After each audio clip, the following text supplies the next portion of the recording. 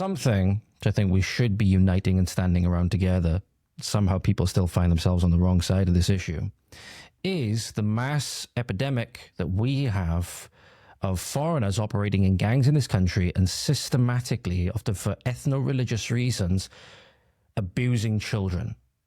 And we're not just talking about, just like the lower end of child abuse. We're talking about some of the worst things that we've ever seen. So the worst crimes that we've ever seen that I've covered time and time and time again. Right, I've covered time and time again. There was the elderly gentleman that was on Andrew Gold's podcast. We looked at that podcast extract the other week or so. It was a young girl. Now she's never going to be able to have children in the future because some of the things that these disgusting animals did to her. All of the political correctness stuff around it as well, with the police arresting fathers and all of this stuff. But now we have in Rhyl, which is, for those of you who don't know, never been to Wales before, maybe only been in the cities like Swansea and Cardiff, which are now hubs for this stuff going on again. If you think that they're not going on in Cardiff, they very, very much, and Swansea and other places, they very much so are. There's been documented cases of things going on, or at least things that have been reported in the media. Now in Rhyl, a nice, quaint Welsh town, which basically, when you think of Rhyl, you think of one of those towns, one of those very small towns on the Welsh coast or on any coast of any land, where basically your elderly go to retire.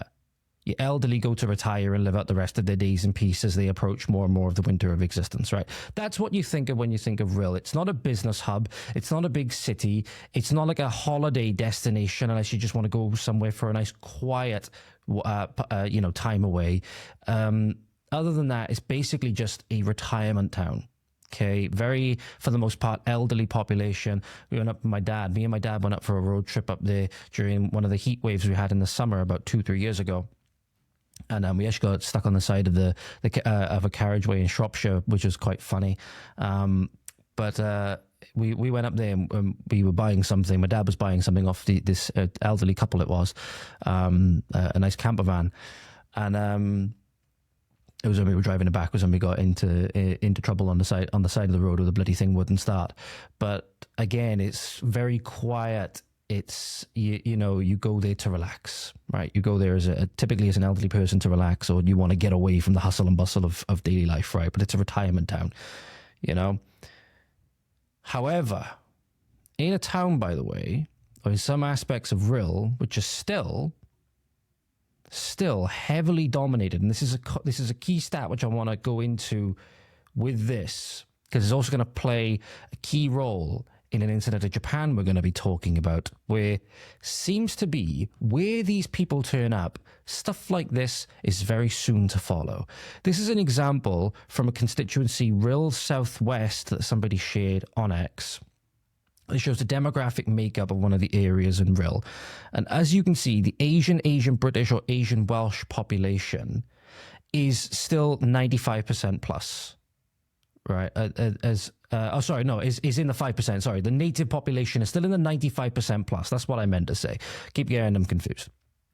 So, because more often than not, when I see graphs like this that people have shared on social media, it's indicating how much things have shifted with regards to the demographic. And usually it is native Welsh are in the minority. So that's where I'm getting confused. But no, the Asian British or Asian Welsh, whatever the hell that means, is less than 5%. Less than 5%. And yet we still have instances of this stuff happening. We still have instances of this stuff happening, which is very, very concerning indeed. Lines up very well with cases from Rotherham and stuff like that, however, Operation Stovewood, as we talked about before. But what actually happened? So 4 have been charged as part of an investigation into child sexual exploitation. So what we're looking at now, this is part of, I believe, 2 operations, Operation M-Bank and Operation Zirconium. I don't know what the hell these names have to do with anything, but anyway, 4 individuals, all lovely, just as Welsh as you and me blokes, have been charged with some heinous crimes, right? So we have Mustafa Iqbal, 42. We have Mohammed Usman Arshad, 35. We have Zayaullah Badshah, 24. And we have Jaswanda Singh, 60. All of these based in Rhyl, right? So the first one, Mustafa Iqbal, has been charged with 3 counts of rape, 3 counts of sexual assault, 3 counts of inciting a child aged aged under 16 to engage in sexual activity, 6 offences under Section 1 and Section 2 of the Modern Slavery Act, conspiracy to supply Class A and Class B drugs, possession of a firearm. Remember when we were told that, oh yeah, give away all your guns, you'll be so much safer because somehow the criminals won't have them. And breach of a slavery and trafficking risk order. So, for a little bit of context, ladies and gentlemen, we're talking about this because the Section 1 and Section 2 of the Modern Slavery Act is going to be coming up as we go forward a little bit more in this. So, and this is just from Google, by the way, so go and make sure you check this yourself. But for example, according to Section 1 and Section 2 of the Modern Slavery Act, oh, here we go. So this is actually from the CPS guidance document. Here we go. So, Modern Slavery Act came into force on 31st July 2015. And Section 1 applies to slavery, servitude, and forced or compulsory labour, right? So they can give slave labour and keeping somebody in a location without their consent and against their will, those kinds of things, keeping somebody in slavery and basically forcing them to work for you. And then Section 2 relates to human trafficking, actually relates to human trafficking. So, for example, the Section 1 is not actually defined in the 2015 Act, or at least slavery, servitude, and or forced compulsory labour are not defined in there. And this is quite a long document to go through. But obviously, if they're keeping someone in a place against their will and forcing them to do things that they don't want to do, that would count as some kind of slavery, especially if it was some kind of labour. But obviously, we know what they were keeping them and forcing them to do in this instance, right? Same things that likely the same things that they were doing to the victims in Telford, victims in Rochdale, victims in Rotherham, all of these other places, right? You also have then, as I said, Mohammed Usman Arshad, charged with rape, 4 offences under Section 1 and Section 2 of the Modern Slavery Act and the supply of Class B drugs. Badshah is charged with 2 counts of rape, 4 offences under Section 1 and Section 2 of the Modern Slavery Act and the supply of Class B drugs. And Jaswanda Singh is charged with 2 offences under Section 2 of the Modern Slavery Act and the supply of Class B drugs. So just morally upstanding people of the community. Don't you just feel so enriched by having these people in your communities? But they appeared at Llandudno Magistrates Court on Friday, the 8th of August, and have all been remanded in custody. They will next appear at Mould Crown Court on Friday, the 5th of September. Further authorization has been given to charge a female with offences linked to this investigation, and she will appear before the court next week. A 61-year-old man from London was also arrested as part of the investigation, but has been released on bail pending further inquiries. So, the investigations involve 3 teenage female victims who made reports in relation to a series of offences in Rhyl and the surrounding area between April 2022 and March 2024. Hope we learn more about, because if this was able to, go on for this long, this is a 2-year stretch, right? And nothing was done. Hoping we're not seeing things in the North Wales Police, the kind of levels of corruption that we're seeing in other police institutions, other police departments up and down the country that we've been seeing in, as you know, I believe it was Rotherham, where the officers that have, Yvette Cooper has been accused of blocking the investigations into these officers, as Rotherham is the area that's been affected. I'm hoping we're not seeing the same in North Wales, given the quality and the other things that have been brought in, especially with policing, to directly diminish the quality of the policing that we have in this country, DEI initiatives and all of these things. I wouldn't be surprised. I'm not making any allegations, but I wouldn't be surprised. Detective Chief Inspector Rich Sidney of North Wales Police said, "Our priority is always the protection and support of victims, and this investigation is no exception. We urge anyone who has experienced abuse or who is concerned about someone who may be suffering to come forward. You will be listened to, your report will be investigated, and we will ensure that you have access to the support that you need." I'm hoping that's true. Obviously. I think everybody should be hoping that that's true. We have very, very little reason to trust the police at the moment with the instances that we've seen where the police, in one of the places where girls were being systematically abused by Pakistani men in the majority, where you had a girl, I believe it was a 12-year-old girl or a 14-year-old girl, I can't remember exact age, I think it was 12, where she'd been initially raped by a Pakistani man in a graveyard, and then because the police didn't do their jobs properly and told her to go away and sober up, by the end of the night she was then raped by, I think the men by the end of the night were in double figures at that point, because they'd all taken her to different houses and done what they wanted to her. And then the priority of the police was to try and force a contraceptive or morning after pill on her, rather than deal with the actual problem right at the time. So again, we have very little reason to trust the police. The victims of these things have very little reason to trust the police, when in many instances it seems that the police are actively in on it. And this is what shows when the police and government in particular have nothing over their head to keep them accountable. And that's why, again, I hate to go banging on about this, because, again, people can accuse me of whatever, of being a hypocrite, or, being a bigot or whatever. But this is what happens. This is exactly what happens in Deuteronomy 28 when people turn away from God and stuff like that. But anyway, this has been a complex and long-running investigation. We have liaised with the Crown Prosecution Service throughout the process, and this collaboration has resulted in authority to charge the suspects involved with multiple serious offences being provided. We would now ask people to respect the judicial process and avoid online speculation on this case. Sorry, too late. This is to ensure the integrity of the investigation and court proceedings. Again, it's always these things when it is one of these instances where it goes against the narrative that our governments have been trying to push the last 30, 40 or more years with diversity and stuff like that. When it goes against that narrative, we've got to be careful not to prejudice the trials and all stuff like that. When it is any other instance, when it is a native British person and stuff like that, all of that stuff goes out the window. So again, I think of this just as more of a, political reasoning to try and stop people from talking about it more than anything. Obviously, contempt of court and prejudicing trials, as far as I know, is quite a serious thing. Obviously, should be taken seriously, but we've seen how these things have been weaponized. And again, when you erode trust in these public institutions like this, when especially something as important as the police, where they are in charge of keeping people safe from things like this, protect and serve, is possibly the order, keeping order in our community is possibly the most important thing, right? At least definitely one of the most important things, if not the most important thing. And it just shows what happens when these institutions are corrupted and turn evil in many instances, which is what we've seen. We've seen many of these instances of police officers themselves, and obviously institutions, when they cover up for criminality and cover up for evil and all of these things, they turn evil themselves. And it's not good. Woe to those who are in a position to do good, a position of charge with doing good, and they use that to do evil. That's like one of the most evil things that you can do. And in this instance, when the victims are in many instances people's defenseless young daughters, the young girls in the community, truly, truly disgusting stuff. Truly, truly disgusting stuff.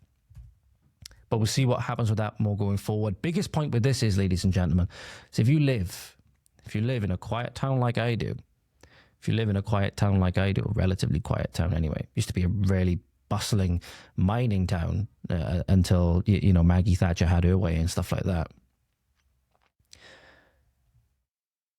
It does seem, and this is why you should be wary, and why,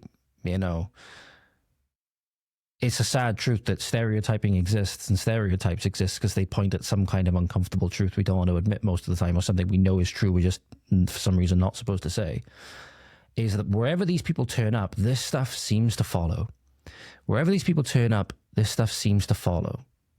And then you mix that in with the supremacist ideologies that exist in a lot of the places where these people are coming from, especially with the hardline or very fundamentalist extreme interpretations of Islam and those kinds of things that give way to ISIS and all things like that. I'm reading a book at the moment, I believe it's called The Last Girl. It's written by a Yazidi survivor of ISIS. And let's just say it's a blood boiler. Let's just say it is a blood boiler and a difficult read. I'm only about halfway through it at the moment. Nadia Muraz, I can't remember how to pronounce her surname. My brain's not really functioning that well today, so I'm needing my caffeine fix.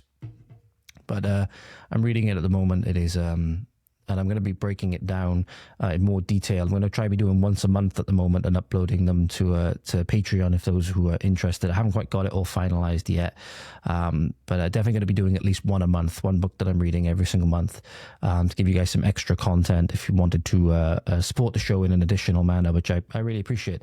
I appreciate everybody that watches, likes, shares, comments, all of these things, right? Thank you. thank you very much for obviously doing that, for watching the show, for enjoying it. I hope backing me and all of those things. As I just try to make people aware. I don't want people in my communities to have to suffer the things that are going on throughout the world when it could be prevented.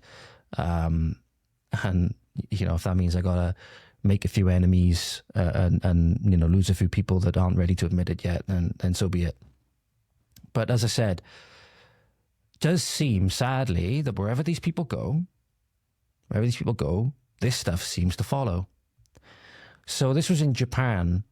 Japan, by the way, has its own list of problems, but Japan, if you look at it, is a tremendous culture, right? Tremendous culture and a tremendous people. You need to look at the ambassador for Japan that comes over to that comes over to Britain every now and again, and he's arguably more British than even some British people, or at least he's not actually, but he truly loves this culture.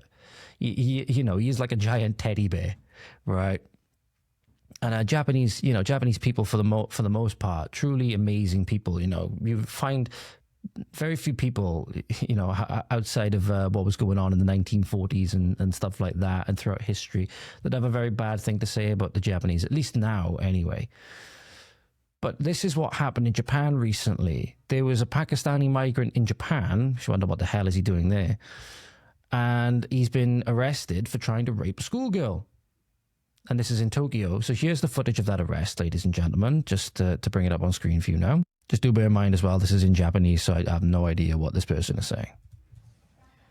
警視庁によりますと、パキスタン国籍のアフザル・ムハンマド容疑者は先月、東京八王子市を走る JR 中央線の車内で、高校2年の女子高校生の胸を触るなどのわいせつな行為をした上、終点の高尾駅で女子高校生を電車から降ろして、駅近くの茂みに連れ込み、性的暴行を加えた疑いが持たれています。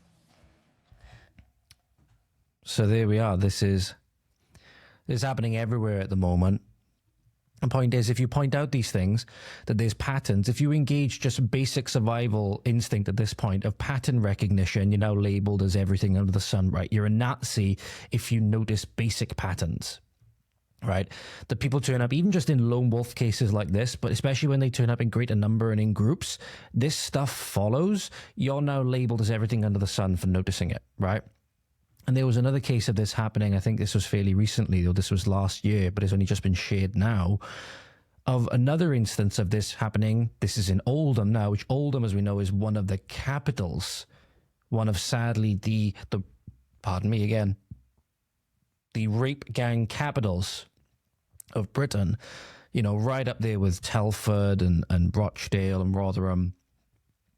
A man, Pakistani descent, loitered outside of a gym before kidnapping a lone woman at gunpoint and raping her. Now, I'm going to read some of the details here for you, ladies and gentlemen. But again, this is the kind of harrowing stuff that we're talking about. And again, wherever these people turn up, which is what's going to lead us into our next story, where, in this instance, there's been a lot of these people coming across both legally and illegally. But what does the Catholic Church have to say about all this stuff? Seemingly really, really not good stuff. At least a lot of the church leaders, not all of them, but a lot of them. By the name of Arslan Nawaz, 17, had cycled to the car park in Oldham at around 6:30 a.m. and waited until the woman arrived in her car. Makes you think, what else was going on that he knew that this woman was going to be turning up to the gym at this time? If he knew who this woman was and he had his eye on her for maybe a little while because, maybe he thought she was physically attracted and stuff like that, and it ignites this bestial desire in him, right? But to know her routine, to know when she's going to be leaving to go to the gym and when she's going to be walking outside of her car, when it's likely going to be dark and when she's going to be alone, most likely, because most people who go to the gym at that hour of the morning, they're going alone because only, most people then tend to go later on in the evening, right? Most people don't tend to go to the gym. There's a lot of people that go to the gym early on in the morning. But, most sort of, group fitness classes, stuff like that, they tend to run in the afternoon and the evening and stuff like that, right? But to know her routine makes you think, was this guy stalking her? This guy stalking her for a while before this? That's at least what I'm thinking, when he knows her routine and knows where to be when she's going to turn up in her car. And he was seen on CCTV loitering around the area as she parked further away from the entrance to the gym. Due to the time of day, she was alone as she got out of the car. Nawaz approached her and told her to hand over the keys to the car whilst brandishing a knife.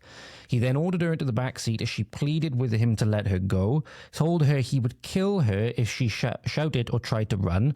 He drove them to an industrial estate before getting into the back seat of the car where he kissed her. And summarizing the case, the presiding judge said Nawaz left the woman with a bruise to her neck before ordering her to remove her clothes and putting on a condom. Nawaz then raped the woman as she wept, telling her to, quote, shut up and stop crying. After the attack, he demanded her mobile phone and used her sock to clean the interior of the car. He then arrogantly kissed her before leaving with her phone. He was later arrested and found to have put his SIM card into her phone. The 17-year-old was convicted of rape and possession of a knife in the following trial.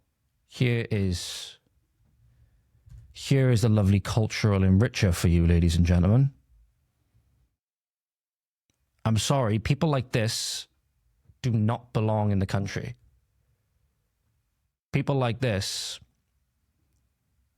at this point, for crimes like this, the only fitting thing to do would just be to take him out the back and put two in the back of his head. But at the very least, very least, he should be removed from the country and told that he will be met with an inexpensive bit of metal flying at him very, very quickly if he chooses to return. Which, again, I think is far too lenient at this point. I think at this point, with the scale of the problem that we have, with the scale of the rape genocide that this country has been through, literally the only just thing, basically, why are these people still allowed to draw breath? Why are the Rotherham rapists and any other rapists of children, they've done it for ethno-religious reasons, allowed to still draw breath? Why? Why are they still allowed to draw breath? It's truly, truly disgusting. But then you say anything about this.